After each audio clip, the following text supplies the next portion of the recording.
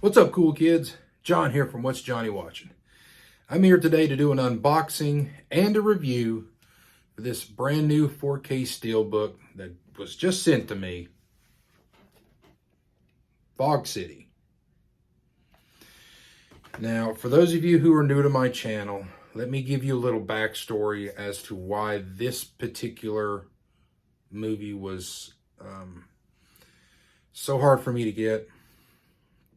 It was about 9 months ago, I began to see this movie be promoted all over social media, TikTok, Instagram. I'm sure it was on Twitter then. It was Twitter back then. It was called Killer Goats, and they touted this movie as a throwback to 80s slasher horror, no CGI, all practical effects, and Kane Hodder was going to star in it. Well, I mean, I grew up in the 80s. Slashers, practical effects, Kane Hodder, I'm there. So I saw no trailers for this. I avoided it. I wanted to go in just blindly. I plopped down my $40 or $50 and got my Steelbook. And within 3 to 5 minutes of starting this movie, I realized I had made a mistake. This was just garbage. The acting was bad. Just gratuitous nudity for no reason.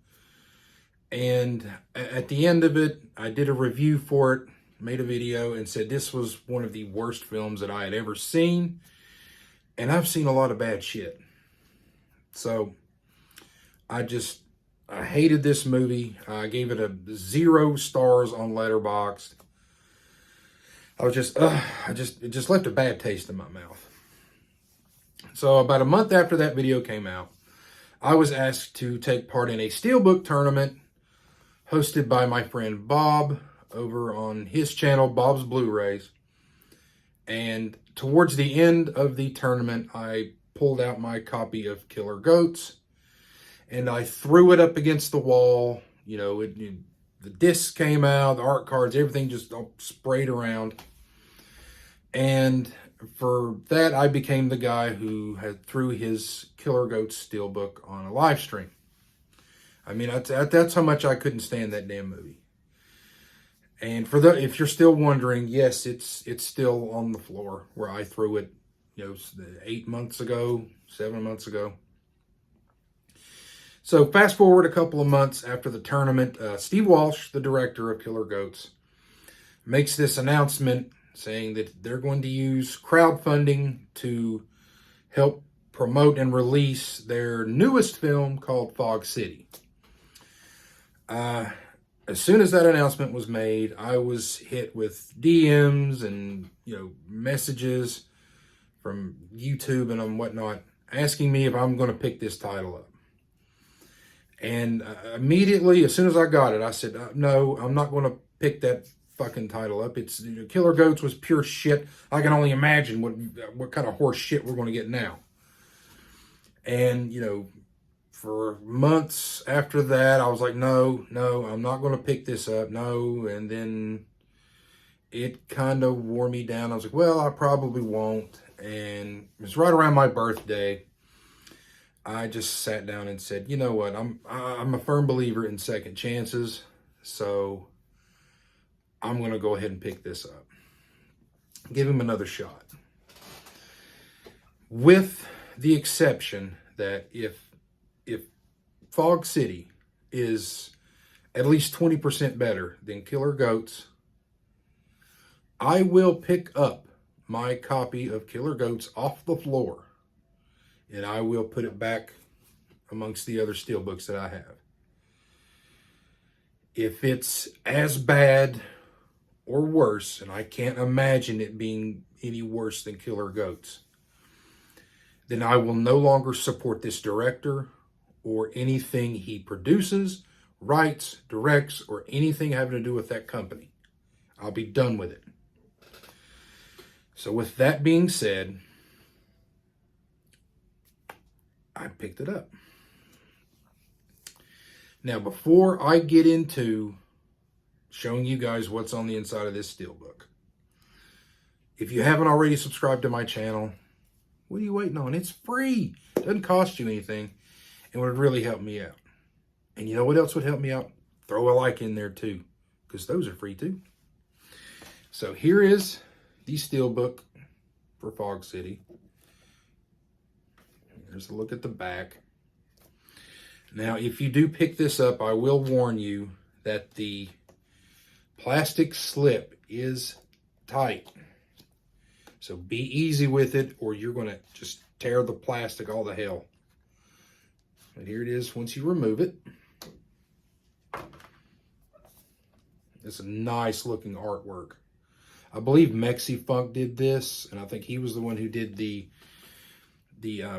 Fly and the Killer Clowns from Outer Space, Child's Play, that kind of artwork. I believe he was the one who was commissioned to do this. This looks really, really great. It's got some nice debossing on this. And you also have the bullet hole, entry, and exit wound. But what's unique about this is these are numbered. So I think once they sell the 4,100 of these, I think they're not going to make them anymore. So if you want to pick this up, I suggest you hurry up and do this now. But it's also heavy. So let's open this up, show you guys what's on the inside. Well, I found the reason why it's heavy. You are given a magnet that says entering West Craven. This is a pretty big magnet. It's kind of heavy. You're also given a digital code. I might give that away. I don't know yet. And you're given, looks like a little postcard. Now, on here, it says you get your Steelbook numbered edition includes Bloody Stunning 4K Ultra HD disc, an unrated version Blu-ray disc of the film, laser etched number Steelbook, exclusive fully embossed magnet, and high gloss collectible mini poster, which is what this is, and the digital code. Also in the box, you get like a thank you note from the director, Steve Walsh. It says, "Thank you for supporting indie horror. We did it. Thanks to your help and support, we were able to make the Fog City limited edition Steelbook. This was by far our most ambitious project, coordinating with vendors all over the world to bring the pieces together. Thanks for joining us on this journey, and we hope you'll join us on the next one, Return of the Living Dead." Okay, I have thoughts about that, and I'll get into that a little bit later. You're given a QR code, and I'll go ahead and show you guys what that is. So if you guys want to check it out, and you get a code. But on the back is I don't know if it's really concerning me or if I should be excited about it, but it's Return of the Living Dead. And there's the Tar Man. Yay!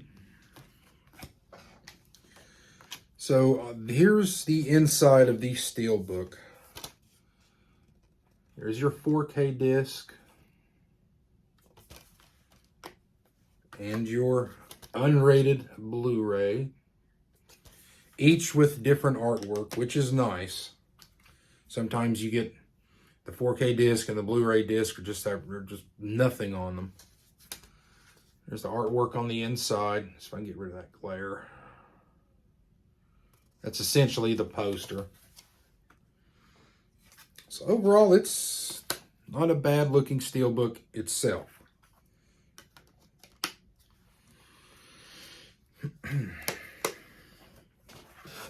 So I really like the artwork on this. It's one of the best I've seen this year so far. There that is. Now I'm going to give you guys a brief synopsis of the film itself. I'm going to stay away from spoilers. So according to the back of the postcard, it says, you can't shoot the fog. Obviously. A group of friends seal themselves inside a secluded Cape Cod vacation home after a mysterious orange fog leaks from an old nearby factory. Once trapped, they quickly learn there is no escape. Okay. I watched this last night, and I had little to no expectations for this. I thought, well, I'm hoping that he'll do better. And in my opinion, he did. This is leaps and bounds better than Killer Goats. From everything, from the performances of the actors and the actresses, they're not Academy Award worthy, but it is better than Killer Goats. The obsession with the nudity that he had in the previous film, it's not here. And that actually helps the movie. There are 2 nude scenes, but it's not gratuitous. It actually serves a purpose in the scene itself. There is some, obviously it's a horror film, so there's going to be kills. I will get back to that horror statement, but there are kills, but it's not over the top. There's no someone gets their hand cut off and blood's shooting everywhere. There's none of that here. It's like it's sort of tastefully done. It takes me back to listening to what Tom Savini said, where he didn't want to show like a head being blown off. He just wanted to show like someone with a shotgun and pulling the trigger and letting the viewer, their imagination, create what they think what would have happened. There's a lot of that in here. There's a scene where there's someone with an axe and they're hitting someone, but you're not watching the blade enter the body. You're just seeing her her making the move. I thought that was very well done. I mean, sometimes we get carried away with watching, people being hacked up and stuff. I mean, it's unimaginative anymore. Let my imagination do this for me. The humor in this is refreshing. In Killer Goats, I believe there was one funny scene in the whole movie, and it felt forced. The humor in here, I found myself saying that's exactly what I would say in that particular situation. There are winks and nods to Quentin Tarantino in this, and obviously John Carpenter is a big influence on this movie with his amazing film The Fog. And everything, it works. Everything, I'm not sitting there going, my God, this is boring. Now, there were times where the shots that the director used, you could have done without half of them, done without them, especially with the fog on the outside. We really didn't need to see 2 characters, the fog. 3 characters, the fog. 3 characters, the fog. I mean, it's just going back and forth, back and forth. We really didn't need to see that. But overall, it's tension-filled. You have this sense of fear and paranoia without seeing anything else. It's all self-contained into one house. Actually, in 3 rooms, actually, in a house. It's very, very, very well done compared to his other one. There is, a couple of gratuitous shots of a character swinging, she's using an axe on a wall, and it's like the camera is focusing on her chest a little bit more than it needed to be. And there is skimpy clothes in this, but I didn't mind it. I mean, it didn't distract me from what was going on in the scene, as opposed to Killer Goats. It's just, I think it was very, very well done from him, considering what he released before.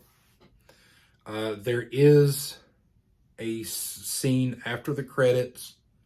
I'm not going to get into that. But before the credits start, there's kind of a twist. I didn't even see that coming. Even, most of these kind of, I don't want to say low budget B movies, you can see the ending coming from the opening credits. I didn't see this particular ending coming. I didn't see it. And I paid attention in a lot of it. But I didn't see it coming. If you've seen Killer Goats, then the yellow Lamborghini does make an appearance in this movie. I guess that's going to be his calling card from now on. The performances of the actors and actresses, yes, they're not Academy Award worthy, but it's, compared to Killer Goats, yes, give them all Oscars. The gore's not too over the top. The dialogue works within the characters themselves. They're not trying to be too dumb or too preachy or trying to sound like they're high school kids when they're in their like late 30s. There's none of that. All of it's believable, sort of believable dialogue.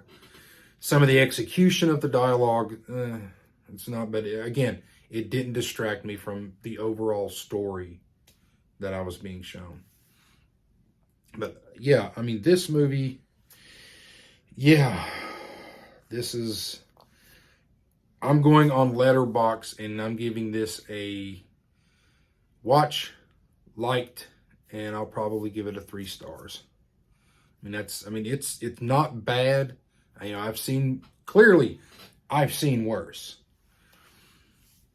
But this is a major improvement over what he did the last time. And if you like, paranoia and fear, like those types of themes in your movie, this has got it. I mean, it's not, the Fog type of fear and paranoia or Night of the Living Dead, but it's fucking better than Killer Goats. So that's my thoughts on this particular release. Now, as getting back to the card that he sent out saying that you will join us on the next one, Return of the Living Dead. If Steve and With an O Productions is going to try to put their own spin on the Return of the Living Dead, I'll say this once. I just, don't fuck it up. Don't fuck it up. I mean, that particular movie alone has a dedicated fan base. And the moment you try to besmirch the name of the Return of the Living Dead, that particular movie, I'm not talking about the sequels that came afterwards, but that particular one, there are thousands of people who hold that movie dear to their heart. Just don't mess it up. Don't throw it away. Embrace it, and I'm sure it'll do fine. But just please, Steve Walsh, if you're listening to me, and everyone at With an O Entertainment, don't mess this up. So with that being said, you guys have my thoughts on this particular release. I thought it was pretty good. It was better than Killer Goats. So let me know what you guys think down in the comments section below. Are you guys going to pick up this title? And if you have, what do you think about it? So that's it. So until next time, what are you going to watch today?